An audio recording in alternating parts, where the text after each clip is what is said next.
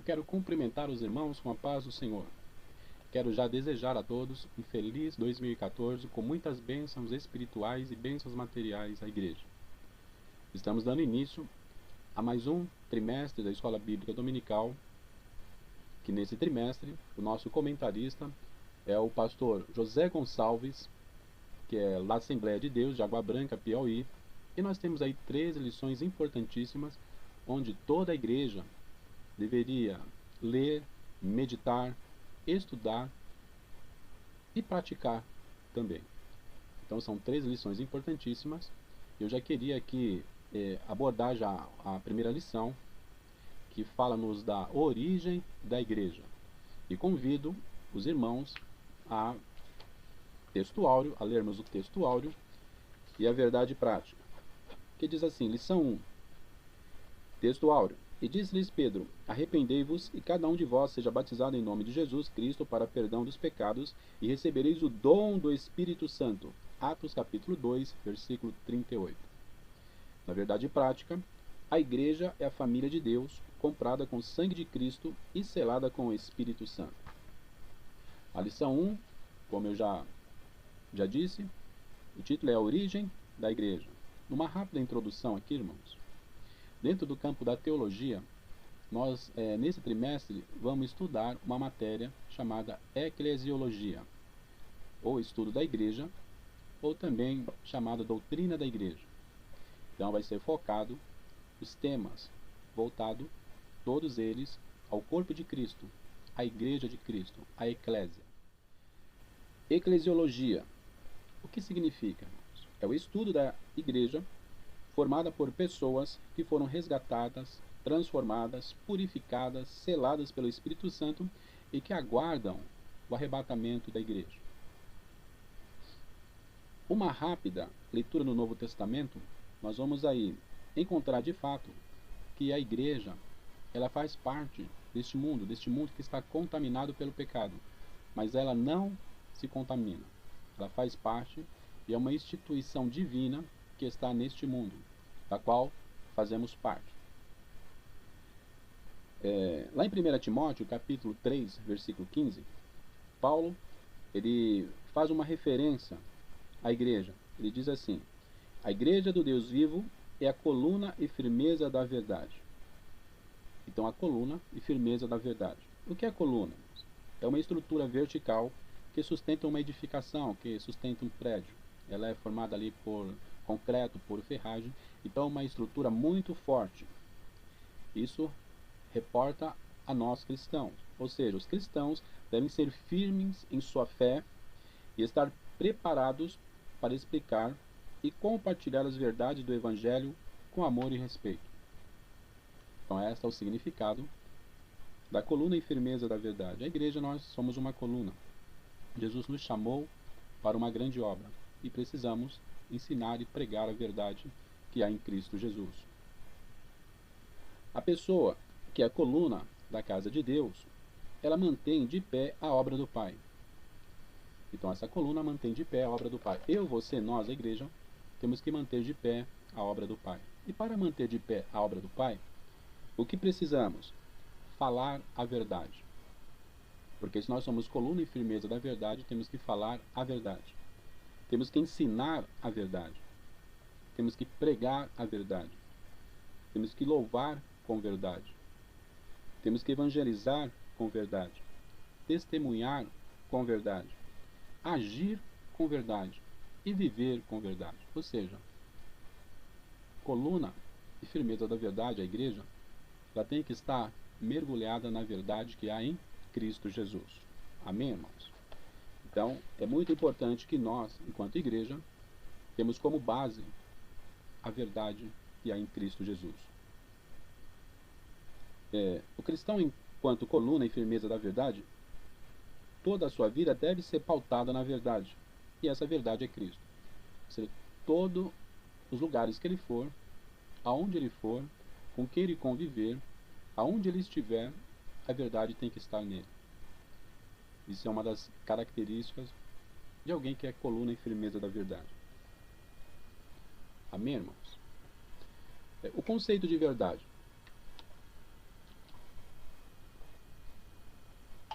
vamos ver aqui um pouco do conceito de verdade, que nos faz lembrar do grande filósofo cristão, nascido em 354 d.C., Agostinho de Hipona.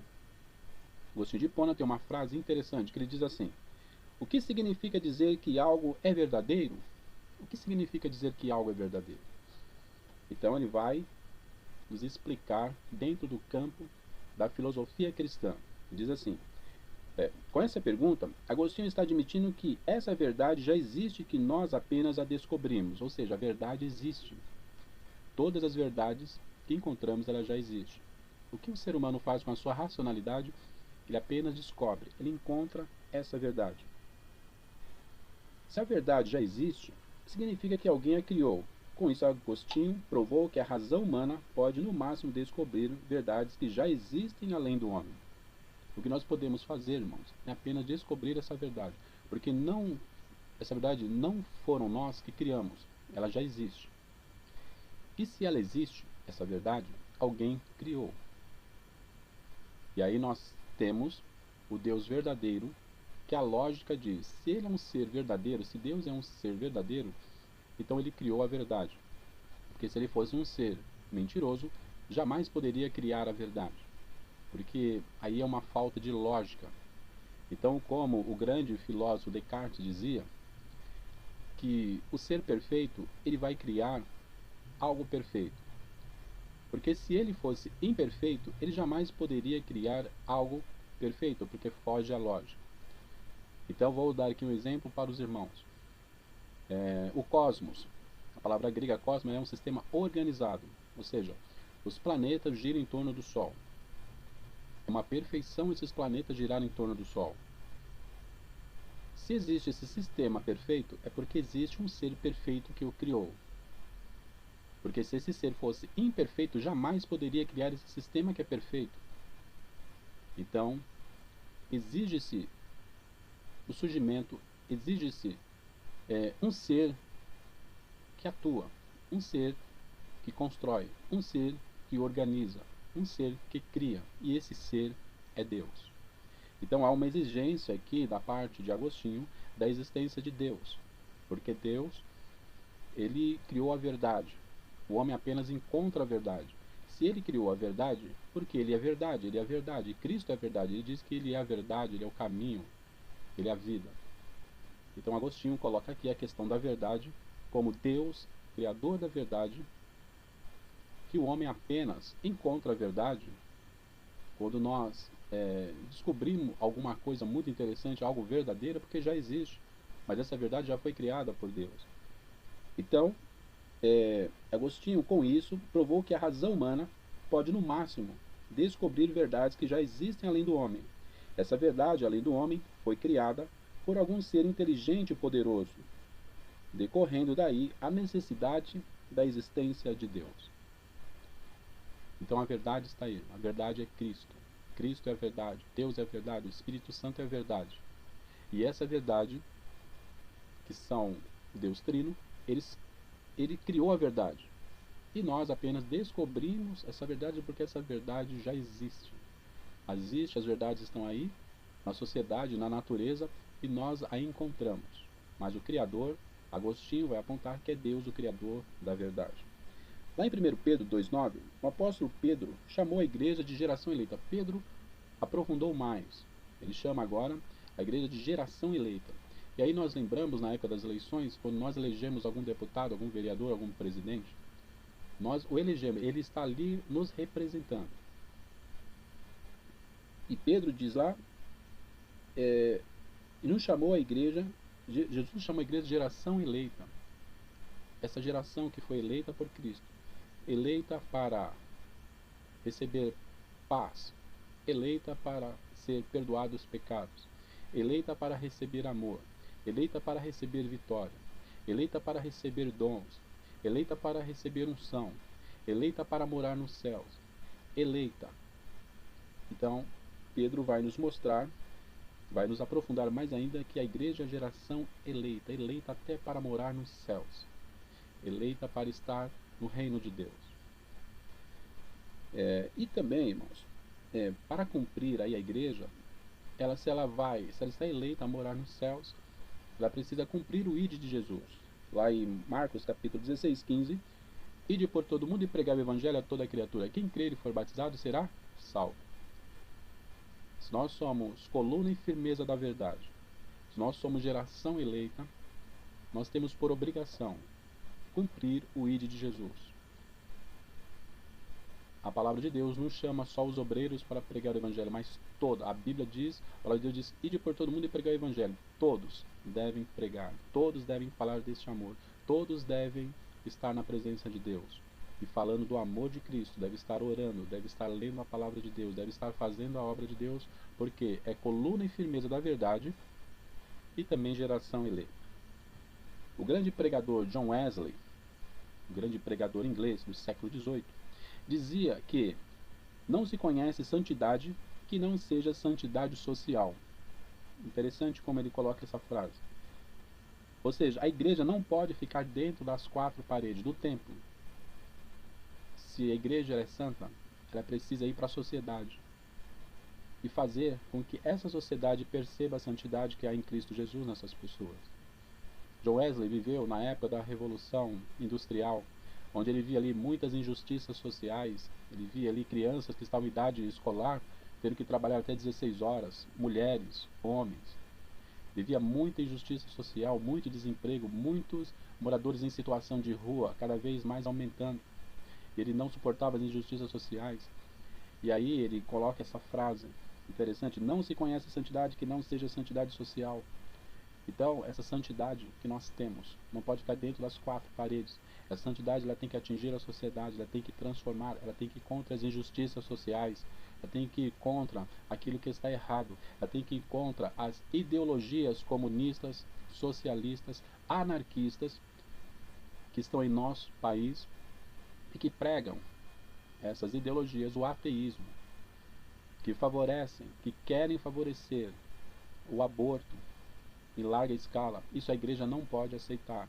A igreja é coluna e firmeza da verdade, a nação eleita, ela não pode aceitar essas ideologias. E aí nós vamos para o primeiro tópico. O primeiro tópico diz assim: o povo de Deus na Bíblia e na história. No Antigo Testamento, irmãos, o termo hebraico no Antigo Testamento é kahal. Kahal é usado para se referir a um ajuntamento do povo de Deus, ou um ato de reunir-se em um ajuntamento de pessoas. Deuteronômio 4:10. O termo kahal, portanto, se refere a Israel étnico. Então, no Antigo Testamento, não se tem a palavra igreja, eclésia. Vai se ter ali o kahal, que é o ajuntamento de pessoas, também chamado de assembleia. Ou seja, a igreja vai surgir no Novo Testamento, mas no Antigo Testamento já tem esse ajuntamento de pessoas, mas se refere apenas aos israelitas. Ou seja, a cultura israelita, a cultura étnica israelita, os costumes, as festas, o idioma deles, tudo se refere apenas a Israel, as 12 tribos de Israel. Mas no Novo Testamento, o termo grego eclésia, aparece eclésia e se refere à igreja cristã. O termo kahal representa apenas a nação israelita, com sua cultura étnica. Agora, eclésia representa tanto o israelita quanto as pessoas de todas as outras nações, tribos, povos, línguas e etc. Então, a eclésia, a igreja, representa não só os judeus que aceitam Jesus, mas todas as pessoas dos 6 continentes que existem no mundo, de todas as culturas, de todos a etnia, todos representam agora a igreja. Não é só mais Israel étnico, mas agora são todas as pessoas de todas as tribos, línguas, povos e nações. Aí a eclésia é representada por essas pessoas. Em Atos capítulo 2, 47, diz assim: todos os dias acrescentava o Senhor à igreja aqueles que se haviam de salvar. É isso, eclésia é isso.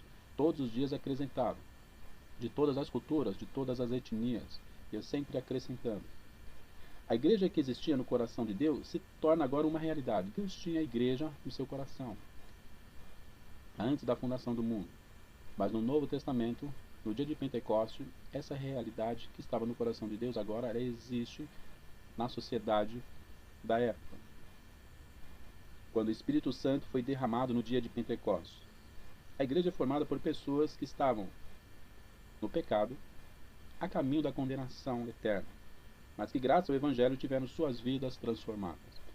Então eu imagino assim que as pessoas estavam caminhando a passos largos para o inferno. É como um matadouro de bois. Antigamente eles entravam no corredor e tinha um peso que caía sobre a sua cabeça. E aí eles caíam no chão, mortos já, e aí já iam para serem cortados e comercializado o seu corpo. Então é como nós, a igreja hoje, ela está no reino de Deus, mas ela estava também neste corredor. A qualquer momento, aquele peso ia nos atingir e nós iríamos morrer. Isso era chamado de um matador. Mas Jesus estava lá, perto do peso, e nos tirou deste caminho. E tirando nós desse caminho, hoje nós estamos glorificando a Deus por estarmos livres do pecado. Então isso é eclésia. Então, essa igreja que faz parte hoje de muitos países, de muitas culturas, de muitos povos, forma uma só, chamada Igreja Universal, que um dia vai morar com Cristo para todos sempre. Queremos aqui, irmãos, queremos aprofundar o termo eclésia. O termo eclésia, conhecido desde o século V, nos escritos de Heródoto, que era um historiador e geógrafo do século V, do filósofo Platão, de Eurípides, também do século V, que era um grande poeta, também nos escritos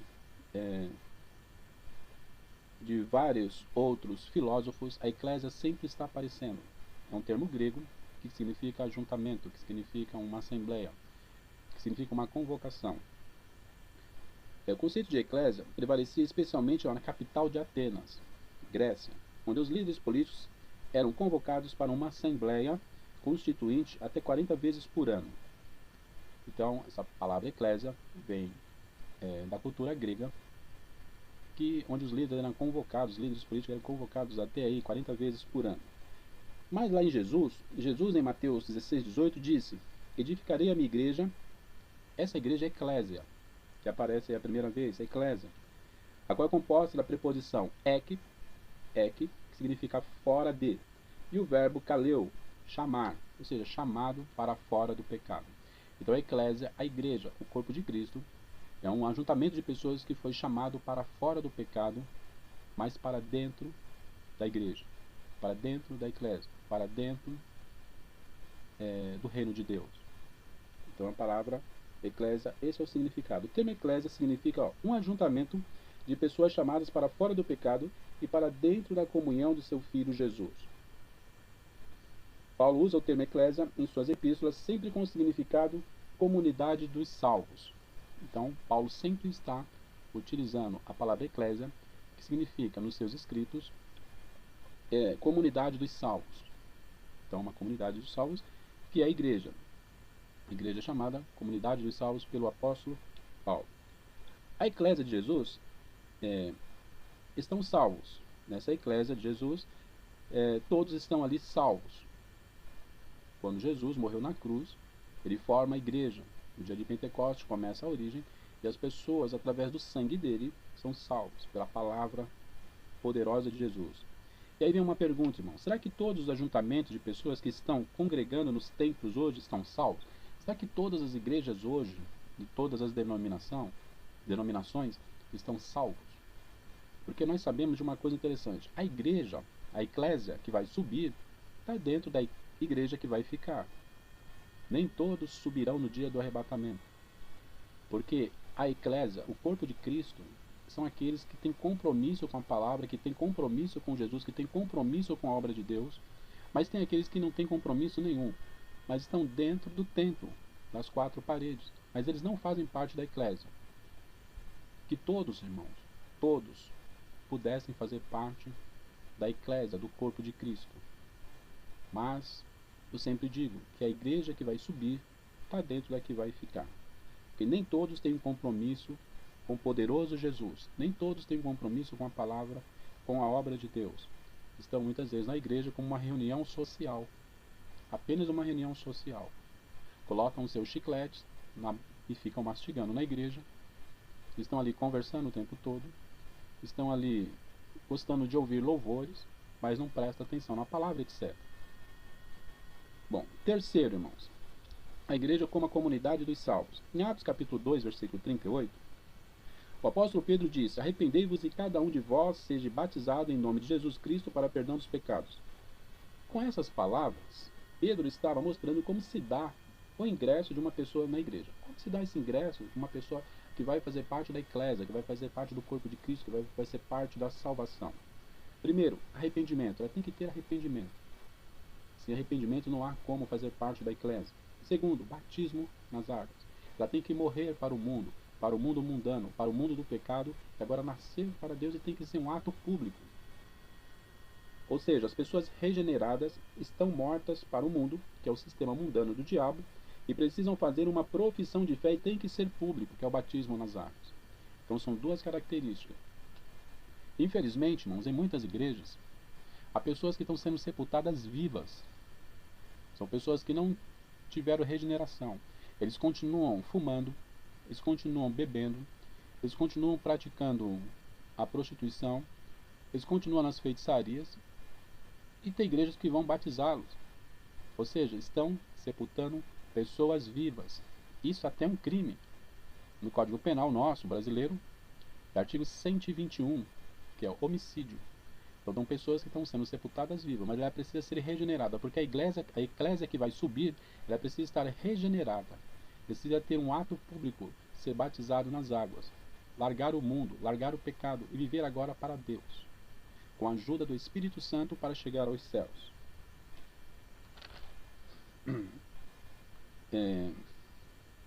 Outro detalhe importante aqui, irmãos, a lição mostra selados pelo Espírito Santo. Então a eclésia, ela é selada pelo Espírito Santo. Já foi dito que a igreja tem a sua origem no dia de Pentecostes, por meio do Espírito de Deus. Ao recebermos Jesus como Salvador, a convite do Espírito Santo, passamos a fazer parte do corpo de Cristo. E por isso que o apóstolo Paulo disse aos Coríntios, na sua primeira epístola, capítulo 12, versículo 13: pois todos nós fomos batizados em um Espírito, formando um corpo, quer judeus, quer gregos, quer salvos, quer livres, e todos temos bebido de um Espírito. Ou seja, a partir do momento que não importa a sua cultura, não importa a sua etnia, se você é afrodescendente, se você é branco, se você é asiático, se você é pardo, não importa a sua cultura étnica, você recebeu Jesus como Salvador, você se arrependeu, você fez profissão de fé, descer ao batismo, você faz parte da igreja, ou seja, você foi selado pelo Espírito Santo. Todos nós que recebemos Jesus como Salvador, fomos selados pelo Espírito Santo. Isso é o que Paulo está dizendo. Pois todos nós fomos batizados em um Espírito, todos nós. Não importa a cultura, não importa a etnia das pessoas, todos nós fomos batizados quando recebemos Jesus. Um corpo, quer judeus, quer gregos, quer servos, quer livres, e todos temos bebido de um mesmo Espírito. Então Jesus veio para todos os povos. E quando nós recebemos Jesus, o Espírito Santo convence o homem do pecado, da justiça e do juízo, e nós aí, ao recebermos Jesus, nós fazemos parte da eclésia, somos selados pelo Espírito. Mas também tem algo mais importante também, que a Bíblia nos aponta. Quando somos, além de sermos selados pelo Espírito Santo, somos agora batizados no Espírito Santo, ou com o Espírito Santo. Porque teve a sua origem no dia de Pentecostes. A igreja teve sua origem no dia de Pentecostes. E aí Pedro diz assim: arrependei-vos e cada um de vós seja batizado em nome de Jesus Cristo, em remissão de pecados, e recebereis o dom do Espírito Santo. Então, ao sermos selados pelo Espírito Santo, o próximo passo agora é ser batizado com o Espírito Santo. É receber revestimento de poder, receber unção, é receber dons para fazer a obra de Deus. Jesus quer que todos sejam batizados com o Espírito Santo, que toda a eclésia, o seu corpo, seja batizado pelo Espírito Santo. E aí, além de sermos selados pelo Espírito, nós temos que agora ser batizados pelo Espírito Santo. Esse corpo, que é o corpo de Cristo, tem a cabeça, que comanda todos os membros. Lá em Colossenses capítulo 1, 18, a Bíblia diz que ele é a cabeça do corpo da igreja. Na parte A do versículo é a cabeça. Jesus é a cabeça. Por que a cabeça, irmãos? A cabeça está ali, o sistema nervoso. A cabeça tem o intelecto, tem o comando. O comando do nosso corpo está na mente, está na cabeça. Jesus, ele é a cabeça. Jesus não é o cabeça. Existem algumas pregações que já ouvimos falar que Jesus é o cabeça. O cabeça representa o cabeça de uma facção, de uma gangue, um líder de uma facção, de uma gangue, de algum movimento antissocial. Mas a Bíblia fala que Cristo é a cabeça, está no comando, e nós estamos no corpo. Então, Cristo, ele comanda o corpo. Cristo, sendo cabeça, ele comanda o corpo. E aliás, irmãos, a igreja não precisa de ninguém defender a igreja, porque Cristo é o defensor da igreja. Desde quando a igreja surgiu, Cristo defende, Cristo protege, Cristo luta junto com a igreja e dá vitória a toda a igreja, a toda a eclésia. Não há necessidade, por exemplo, de se ter 90 parlamentares lá em Brasília que constituem a bancada evangélica. Não precisa de bancada evangélica. Alguém diz lá, não, mas eles estão defendendo a igreja. Eles estão defendendo leis contra a igreja. Não precisa de nada disso. Ou seja, são 90 parlamentares que estão recebendo ali que poder estar em uma outra função. Por quê, irmãos? Porque é Cristo que defende. Cristo que está no comando da igreja. E Cristo não precisa de homem algum, de parlamentar nenhum para defender. Ele é o poderoso Jesus. Ele é o general de generais. Amém, irmãos? Quero aqui concluir essa primeira lição aí do primeiro trimestre de 2014. Quero concluir a lição dizendo aqui, irmãos, que a igreja não foi idealizada por homem algum. O seu fundamento é Cristo, o qual é a cabeça da igreja. Portanto, é um privilégio fazer parte da igreja, que é o corpo de Cristo. Então é um privilégio nós fazermos parte deste corpo, do qual a cabeça é Cristo. Então nesse trimestre estamos aí sendo abençoados e podemos refletir sobre eu enquanto membro deste corpo, eu fazendo parte da eclésia da igreja, que um dia estará com Cristo por toda a eternidade. Agradeço aos irmãos por estarmos aqui, trabalhando aqui neste vídeo. Agradeço a toda a igreja e que Deus possa abençoar a cada um nesse trimestre e possamos ficar cada vez mais crente, cada vez mais atuante na obra de Deus. Em nome de Jesus, quero agradecer a todos. Amém.